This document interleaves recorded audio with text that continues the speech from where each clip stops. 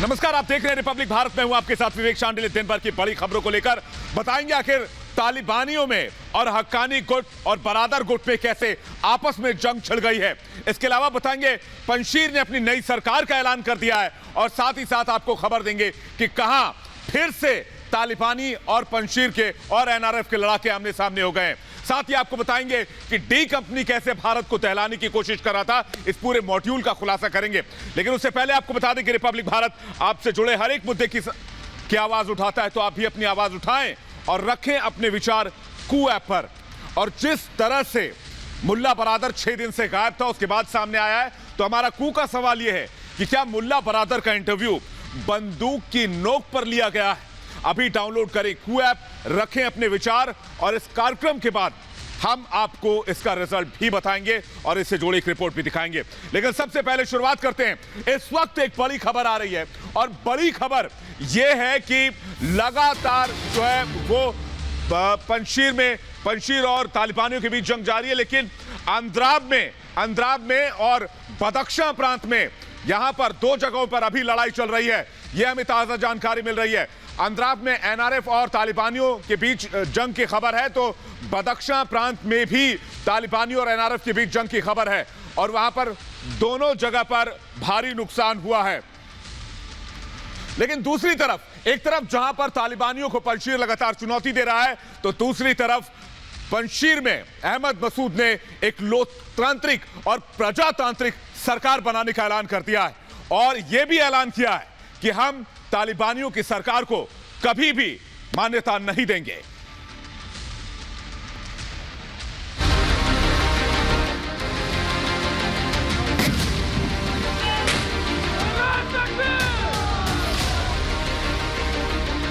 Picture अभी बाकी है, भीषण जंग जारी है। मसूद की दहाड़, पंजशीर में हमारी सरकार। तालिबान को मिली अब तक की सबसे बड़ी चुनौती।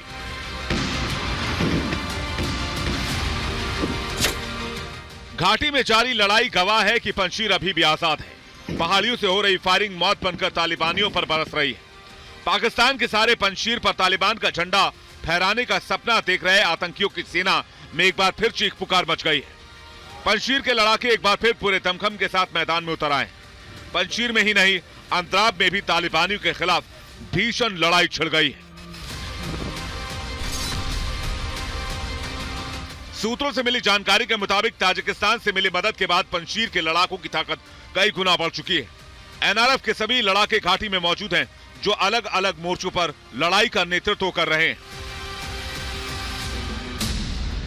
पंजशीर के शेर अहमद मसूद ने अफगानिस्तान की नई तालिबानी सरकार को मानने से इनकार करते हुए समानांतर सरकार बनाने का भी ऐलान कर दिया है। मसूद ने कहा है, हम यह एक वैध और ट्रांजिशनल प्रजातांत्रिक सरकार बनाएंगे। ये वैध सरकार लोगों के मत से बनेगी और अंतर्राष्ट्रीय समुदाय द्वारा स्वीकार की जाएगी।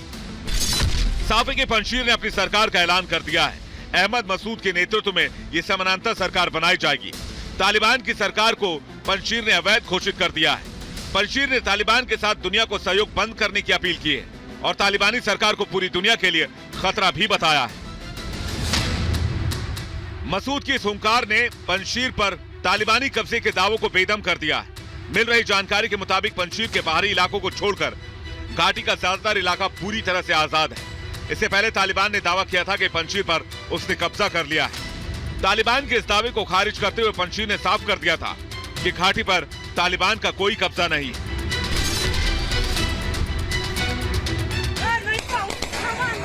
तालिबान और पंजशीर के बीच हिंदू कुश के पर्वतों पर भीषण लड़ाई चल रही है। पंजशीर के लड़ाके गुरिल्ला युद्ध में माहिर हैं, जिसका इन लड़ाकों को पहाड़ी चोटियों पर भरपूर फायदा मिल रहा है और तालिबानियों को भारी नुकसान उठाना पड़ रहा है। या शहादत या कि आजादी मरा अरमान मेरा दर राह अल्लाह ता सपारम जान। साथ ही दुनिया भर में पंजशीर के लिए समर्थन बढ़ता जा रहा है, जिसे तालिबान तिल मिलाया हुआ है। Bureau report, Republic Bharat. और बड़ी खबर इस वक्त आ रही है काबुल से, जहां पर कई रॉकेट दागे गए हैं। एक साथ ये रॉकेट दागे गए हैं।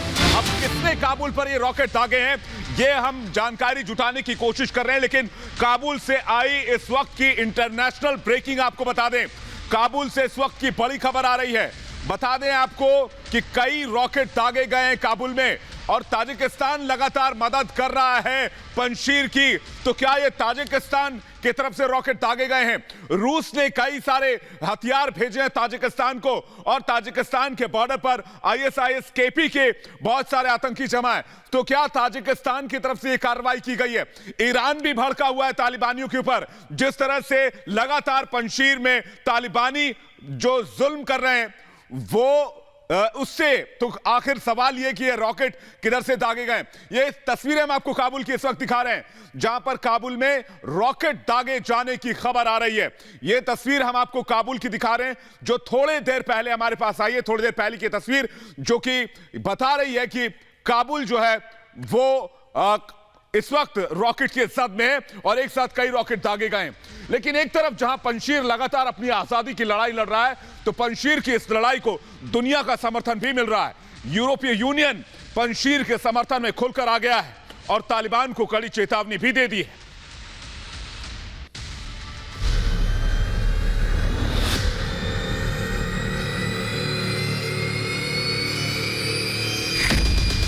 दुनिया में अलग थलग हुआ पाक तालिबान। इमरान पर भारी पड़ा तालिबान प्रेम। यूरोपीय यूनियन में खुली पाक की पोल। पंजशीर में पाकिस्तान की नापाक दखलंदाजी और तालिबान को आंख बंद करके सपोर्ट करना पाकिस्तान को अब भारी पड़ने लगा है। यूरोपीय संघ ने पंजशीर के लड़ाकों के खिलाफ तालिबान की सहायता के लिए पाकिस्तान को दोषी ठहराया है। यूरोपीय संघ के प्रवक्ता ने साफ तौर पर इस बात का जिक्र किया कि पंजशीर के लड़ाकों के खिलाफ पाकिस्तान ने तालिबान की जमकर मदद की। पाकिस्तान ने जमीन पर स्पेशल फोर्स के साथ साथ हवाई हमले कर तालिबान को सहयोग किया।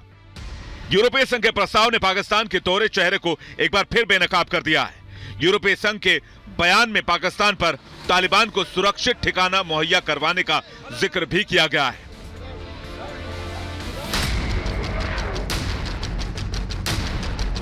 यूरोपीय यूनियन ने तालिबान राज में महिला अधिकारों के हनन पर गंभीर चिंता जताई है।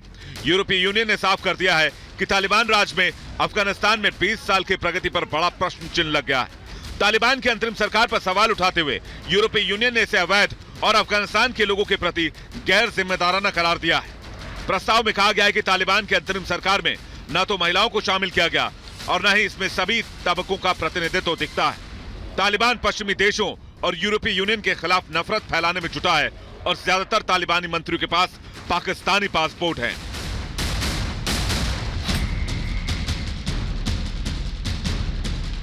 जाहिर है तालिबान की दमनकारी नीतियों के खिलाफ यूरोपीय संघ ने सख्त रुख अपना लिया है और पाकिस्तान की दखलंदाजी पर सवाल उठ रहे हैं। कल ही यूरोपीय यूनियन के सांसद ने पंजशीर के लड़ाके अहमद मसूद को संसद में बुलाने और स्वागत करने का प्रस्ताव दिया था।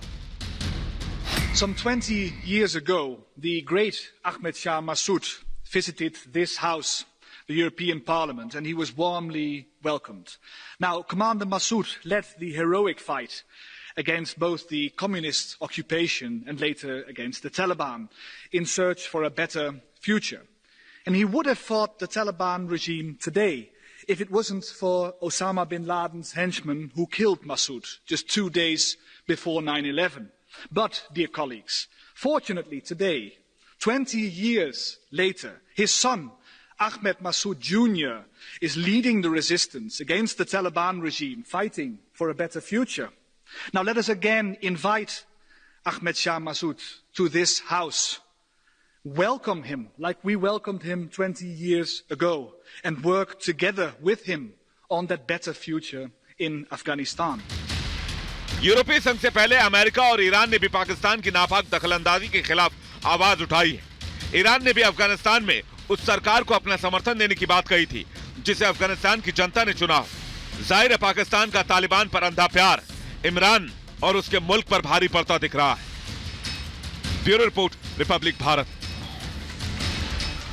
और एक और बड़ी खबर यह मिल रही है कि यूएन की टीम से मिला है सिराजुद्दीन हक्कानी जो कि अफगानिस्तान का, तालिबान शासित अफगानिस्तान का गृह मंत्री है।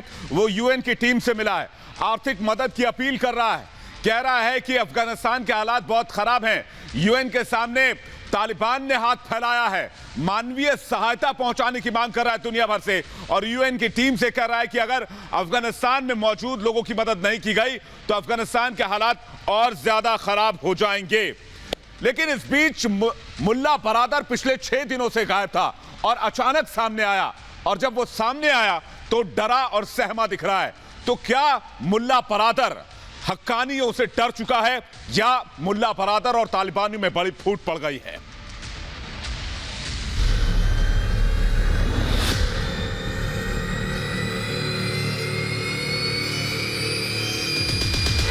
हक्कानी की काल कोठरी में बरादर,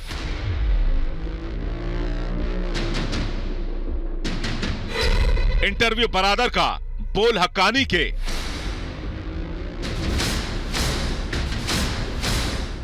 यह बरादर का इंटरव्यू या हक्कानी का नया धोखा? यह सवाल इसलिए क्योंकि कई दिनों से गायब बरादर अचानक सामने आया, लेकिन डरा सहमा और घबराया हुआ नजर आया। इस इंटरव्यू के जरिए तालिबान ने बताने की कोशिश की कि बरादर गुट और हक्कानी गुट में सब कुछ ठीक ठाक है, लेकिन बरादर के चेहरे पर उड़ रही हवाइयां सब कुछ बयां कर रही थी। पहले जरा सुनिए बरादर को सामने लाकर तालिबान ने कैसे दुनिया को धोखा देने की कोशिश की। सवाल, बरादर साहब, आपके घायल होने और मौत की खबरें मीडिया में आ रही थी, इस पर आप क्या कहेंगे? जवाब, खबरें फैलाई जा रही हैं कि हमारे बीच आपसी लड़ाई चल रही है और मैं घायल हूं। यह गलत है, हम एक परिवार हैं और प्यार मोहब्बत से रहते हैं। बरादर कह रहा है कि उसका हक्कानी ग्रुप से कोई झगड़ा नहीं है, लेकिन मुल्ला बरादर का हाव भाव उसकी जुबान का साथ नहीं दे रहे। जवाब देने से पहले पन्ने की तरफ देखना बड़ा सवाल खड़ा कर रहा है। सवाल यह कि मुल्ला बरादर कैमरे के सामने आकर किसी और की लिखी हुई स्क्रिप्ट क्यों पढ़ रहा है? सवाल, कतर के मंत्री काबुल आए, आप मीटिंग में नहीं थे? जवाब, मुझे जानकारी नहीं थी, मैं सफर पर था, पता होता तो बैठक में जरूर शामिल होता। तो क्या जिस बैठक में शामिल गृह मंत्री के तौर पर हक्कानी नेटवर्क के मुखिया सिराजुद्दीन हक्कानी शामिल हुआ, देश के डिप्टी पीएम मुल्ला बरादर को उस बैठक की जानकारी तक नहीं थी? ऐसे में सवाल उठता है कि क्या तालिबानी सरकार में सिराजुद्दीन हक्कानी का कद मुल्ला बरादर से कहीं ऊंचा हो गया है?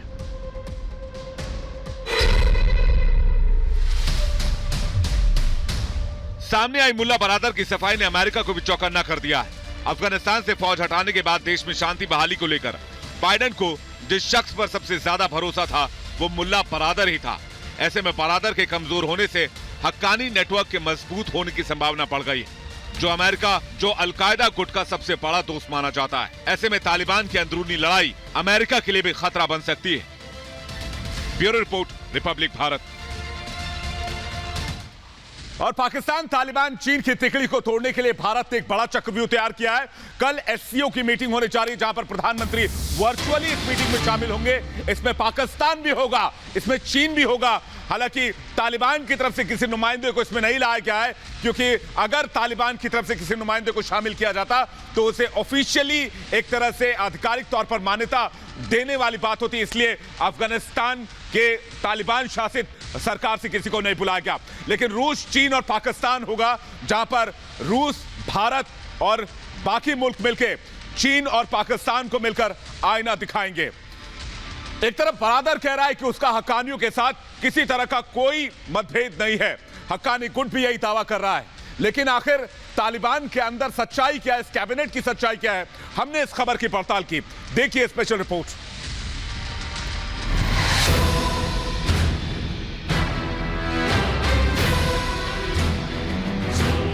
सत्ता के लिए तालिबानियों में जंग,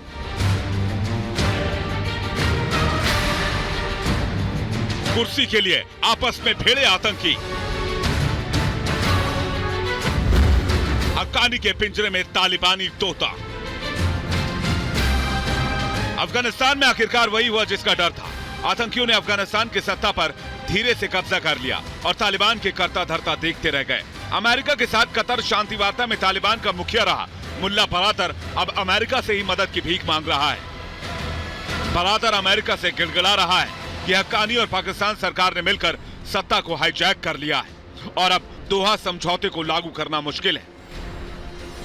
साफ है कि सत्ता के लिए हक्कानी और बरादर गुट आमने सामने है, लेकिन अब सवाल यह है कि बरादर और हक्कानी के बीच टकराव की असल वजह क्या है। दरअसल मुल्ला बरादर अमेरिका का करीबी माना जाता है, जबकि हक्कानी अमेरिका के कट्टर दुश्मनों में से एक है। मुल्ला बरादर दोहा समझौते के पक्ष में है, जबकि हक्कानी दोहा समझौते को लागू करने के पक्ष में नहीं है। मुल्ला बरादर की कोशिश समावेशी सरकार बनाने की थी, जबकि हक्कानी सरकार में पाक हस्तक्षेप की पैरवी करता है। वहीं मुल्ला बरादर पीएम बनने की चाहत रखता था, जबकि हक्कानी सत्ता पर संपूर्ण नियंत्रण चाहता है। दरअसल मुल्ला बरादर पाकिस्तान की जेल में 8 सालों से बंद था, जिसे अमेरिका के कहने के बाद पाकिस्तान ने साल 2018 में रिहा किया था और तब से यह अमेरिका और तालिबान के बीच अफगानिस्तान को लेकर बात चल रही थी, जिसका मुखिया बरादर ही था, क्योंकि अमेरिका मुल्ला बरादर को ही तालिबान के चीफ का दर्जा देता आया था और यही बात पाकिस्तान को पसंद नहीं थी। वैसे भी पाकिस्तान और बरादर के बीच संबंध ठीक नहीं थे, इसलिए पाकिस्तान ने हक्कानी गुट के साथ मिलकर बरादर का खेल खराब कर दिया, क्योंकि बरादर पीएम पद का प्रमुख दावेदार था। इस बीच आईएसआई चीफ ने काबुल का दौरा किया। पाकिस्तान के हस्तक्षेप से बरादर का कद घट गया। मुल्ला मोहम्मद हसन अखुन पीएम बन गया। बरादर का कद घटाकर डिप्टी पीएम बना दिया गया। पाकिस्तान मिलीजुली सरकार के खिलाफ था और अफगानिस्तान में एक डमी सरकार चाहता था, जिसका नियंत्रण पाकिस्तान के पास रहे। पाकिस्तान अपने मकसद में कामयाब तो हो गया, लेकिन तालिबानियों के बीच सत्ता के लिए एक अंतहीन संघर्ष के दौर की शुरुआत हो चुकी है। सत्ता छिन जाने से न तो बरादर खामोश बैठेगा और न ही उसका आका अमेरिका खामोश रहने वाला है। पाकिस्तान और हक्कानी एक तरफ तो दूसरी तरफ बरादर और अमेरिका आमने सामने दिख रहे हैं। वैसे भी अमेरिका ने साफ कर दिया था कि दक्षिण एशिया में वो अपनी भूमिका जारी रखेगा। Bureau report, Republic Bharat. और आज हमने कू ऐप पर आपसे पूछा था कि क्या मुल्ला बरादर का इंटरव्यू बंदूक की नोक पर लिया गया है। तस्वीरें जो सामने आए उसे देखकर 98% लोगों ने हाँ में जवाब दिया है। 92% लोगों ने हाँ में जवाब दिया, 8% लोगों ने ना में जवाब दिया है। वक्त एक ब्रेक का है। ब्रेक के बाद बड़ी खबरों के साथ फौरन लौटेंगे। आप देखते रहिए रिपब्लिक भारत।